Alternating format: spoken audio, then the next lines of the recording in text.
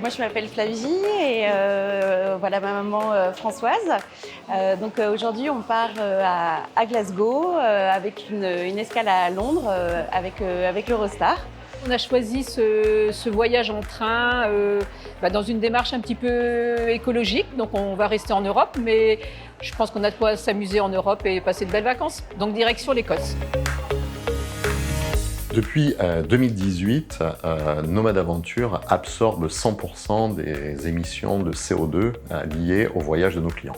Les vols principalement, bien sûr, mais aussi les déplacements terrestres, l'alimentation, etc. Néanmoins, nous croyons aussi qu'il est important d'essayer de faire tout ce qui est possible pour diminuer les émissions de CO2. Et c'est la raison première pour laquelle, fin 2019, j'ai décidé que nous lancions une offre de voyage où l'avion est remplacé par le train pour se rendre à destination. Là où c'est possible, évidemment, c'est-à-dire en Europe et sur quelques destinations. Donc la raison première était écologique. Proposer des voyages qui émettent moins de CO2.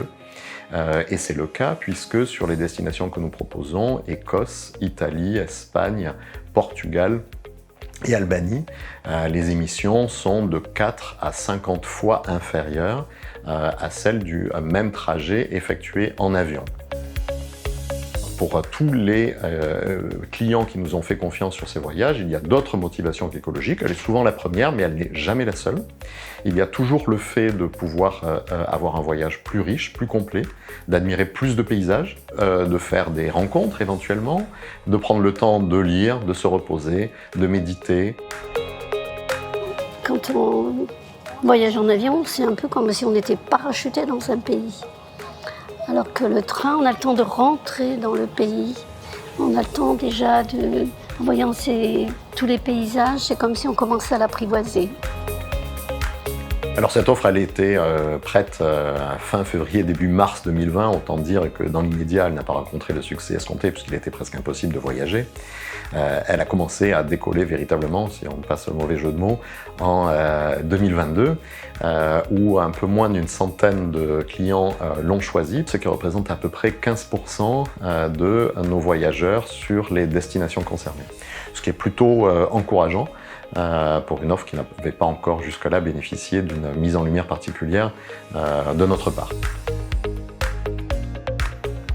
La reconnaissance que ce trophée Horizon pour nos voyages en train en Europe nous apporte, d'abord c'est un encouragement à continuer, c'est un encouragement aussi pour les équipes compte tenu de la difficulté, de la complexité du travail que ça représente, et puis évidemment c'est l'occasion de faire mieux connaître cette offre auprès des gens que cela est susceptible d'intéresser, auprès de nos clients et prospects, mais aussi plus largement auprès des autres agences et tour opérateurs pour les encourager à faire de même. Nous ne souhaitons pas rester on est content d'être les premiers, mais nous ne souhaitons pas rester les seuls à développer les voyages en train en Europe.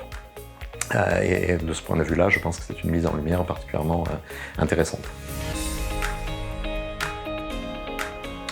Bien sûr, nos actions en matière de tourisme durable ne se limitent pas au voyage en train. D'abord, je l'ai dit, la plus importante sur le plan du climat et de l'empreinte carbone reste incontestablement et restera dans les années à venir l'absorption du CO2 par le financement massif de programmes de plantation, de mangroves ou de reforestation.